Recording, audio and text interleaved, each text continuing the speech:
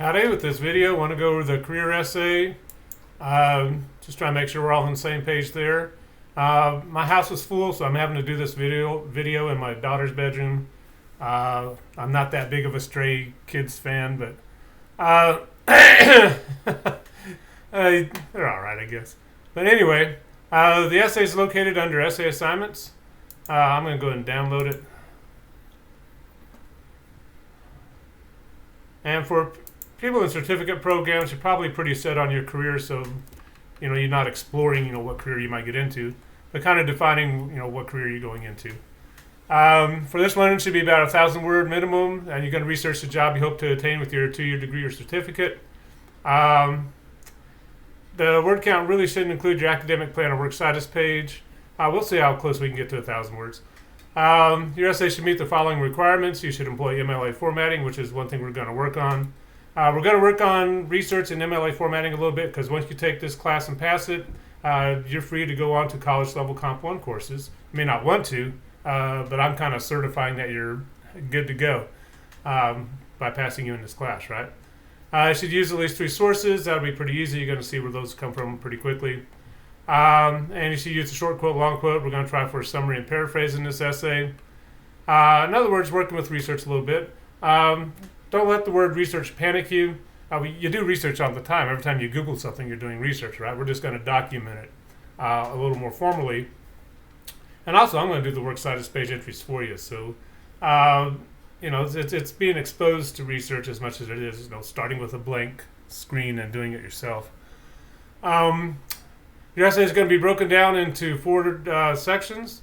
This first section, excuse me. You're going to introduce your essay, provide a general description of the specific field you're going into. Try and avoid just saying welding. What do you want to do with a welding certificate? Do you want to do aerospace welding, underwater welding? You're going to work on pipelines at Eastman. What kind of welder are you going to be? Or are you trying to get into? Some people just want to go to Eastman because they don't want to move out of the country. Others want to get into pipe welding so they can go anywhere in the world and have a job. Tell us what you want to do, and maybe tell us a little bit why you're interested in that particular career. Why welding? Same question you asked me. Why English teaching, right?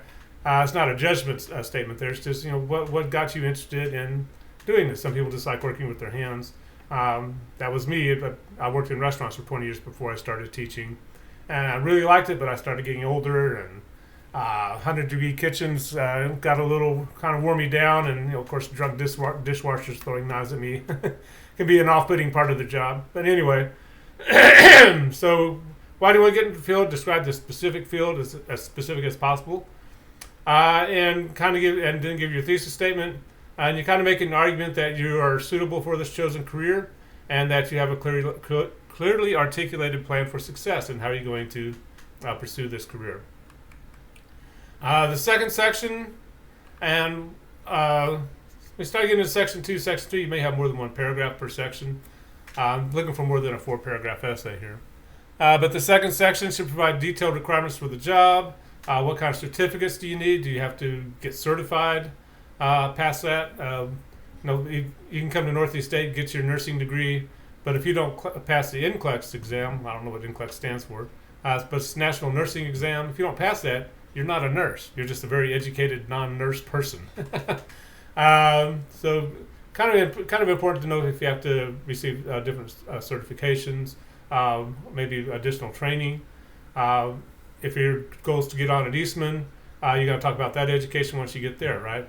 Just because you get a certificate from Northeast State doesn't mean you may have to go have additional training to work at Eastman, right? Most big places like that do. But all that good stuff. What kind of physical abilities? What kind of personality traits do you have? When I worked in restaurants, it was some about cooking. I worked in the kitchen side, and a lot about working with people. And most jobs are like that. Where if you're going to be in HVAC, you have to be able to fix the heat pump or whatever. But you also have to be able to talk to customers, talk to people you work with, and do all these different things to get the job done. So what kind of personality traits do you have? What kind of physical traits do you have to have? If you can talk to somebody already in the field, or if you're already in the field, you can talk about it yourself. And try and get fairly authoritative information, right? Just don't say this. My Uncle Joe said, this would be a good job for me, unless Uncle Joe's in the business. It kind of depends on who you know, right? You're going to put your academic plan in this section, just listing classes you're going to take and order you're going to take them. Everybody had a good one, and I've already returned those to you. So you're going to list your degree requirements. Maybe kind of talk about the financial cost. If you're on Tennessee Reconnect or Tennessee Promise, hopefully this isn't costing you much. So part of the argument might be like, hey, one reason I'm getting into HVAC is because, in 1 year for free college, I can be making some pretty good money, right? It's a good pathway to get into. Sorry, been outside a little bit. Section 3 should provide a detailed discussion of the chosen career. What kind of salary information can you provide? You're probably going to go back to that Bureau of Labor Statistics site and get that kind of information. Are there local job opportunities? If you're willing to move, are there national, international job opportunities? If you work on pipelines, you can work in a lot of different places. Of course, some of those are like in Alaska or in the middle of a desert, but what kind of job opportunities are out there? What are the future prospects for the job? Again, the Bureau of Labor Statistics site covers that information. But also, what else can you do with the certificate? Can you open your own business? What kind of upward mobility do you have? If you do this for 10 years, can you move into a supervisory role, management role? And what other possible jobs can this career track open for you? If I wanted to stay in restaurants, maybe I could have gotten into management or opened my own restaurant. That's a whole other series of headaches. So what are you interested in doing? And kind of research that a little bit. What's it take to open your own HVAC business or your own English shop in downtown Kingsport? But it kind of depends on what you're looking to do with your life and everything. But you want to see if the research supports what you're thinking. Section 4 is going to discuss your suitability for the job. You want to talk about 3 good things, 3 bad things for the job, and kind of discuss those in pretty good detail. And every job has its pros and cons, right? The nice thing about working in restaurants was every day was different. It was never the same day twice. I got to work with my hands, and also you get immediate feedback. If you put out a good plate of food, people like it. If you put out bad food, people let you know pretty quickly, right? So that immediate feedback was kind of a good thing. Whereas now in education, we have 5 and 10 year plans, right? And trying to figure out what the world's going to look like in 10 years is kind of difficult. But every job has bad things, wear and tear on your body, working in harsh environments. If you're in HVAC and you're brand new, you go like, well, who's going to crawl in that crawl space with all the spiders and snakes? And your supervisor's going to be like, you are, bud. You're the new guy, and you get to do all the dirty work. What kind of stress do these jobs have? Where's that stress come from? If you're into underwater welding, get paid a lot of money. It's pretty cool, but it's also extremely dangerous, right? If you screw up in the middle of an ocean while you're underneath an oil platform, you're going to run into a lot of trouble. What kind of retention turnover rates are experienced in the job? And again, you might be able to go out to the Bureau of Labor Statistics again. You might have to go out online and find some more information about that. But also making yourself marketable. What kind of student clubs or organizations can you join? Can you do internships, volunteer work, job shadowing? How can you make contacts and references? Do you already have those? Kind of explain who those are. And again, this whole essay, everyone's is going to be a little bit different. So even if 2 people are doing HVAC, their approach to it is going to be quite different. Who they know and how they're going to be successful at is probably going to be a little bit different.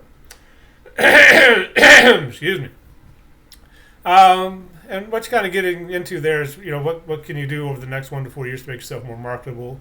So when you get your certificate and you apply to Eastman, you've got connections, you've got volunteer experience or internship experience, and they're going to want to hire you. That's kind of the goal here, right? Eventually, you'll tag on a concluding paragraph to all this, hopefully saying, again, that you have a clearly articulated plan about how to succeed in your field, and you're following it, and life's looking good. And hopefully, also when you lay it all out like this, hopefully it gets you motivated to complete your certificate and go out there and get that job. If you have any questions about this, let me know. Sorry. Everybody in the block's mowing the yard right now. Don't forget to go back to the sample essay on the help resources page, that sample career essay. Again, his is a lot longer than the one I'm looking for from you, and a lot more detailed. He has a lot more education to get to be a mechanical engineer, right? But notice he's following that same plan. He's going to tell us why he's interested in this field, and then kind of define what that field is. Try to be as specific as possible. You know, he wants to go work at NASA, maybe in Oak Ridge. Then he's going to get into his education, and I'm not going to read the essay and go through the whole essay again. But notice he's following the basic outline. Everybody's going to have different parts. There's this academic plan. Then he's going to talk about certification and all that good stuff. And that's what you're going to do in your essay. Again, just probably going to be a little bit shorter because with a certificate, the education parts are a little shorter. And hopefully that's a good thing for you. But hopefully you're going to expand on what the job is and all the good stuff about it. But I'm going to hush up here. If you have questions, let me know. And we will talk to you later. Bye-bye.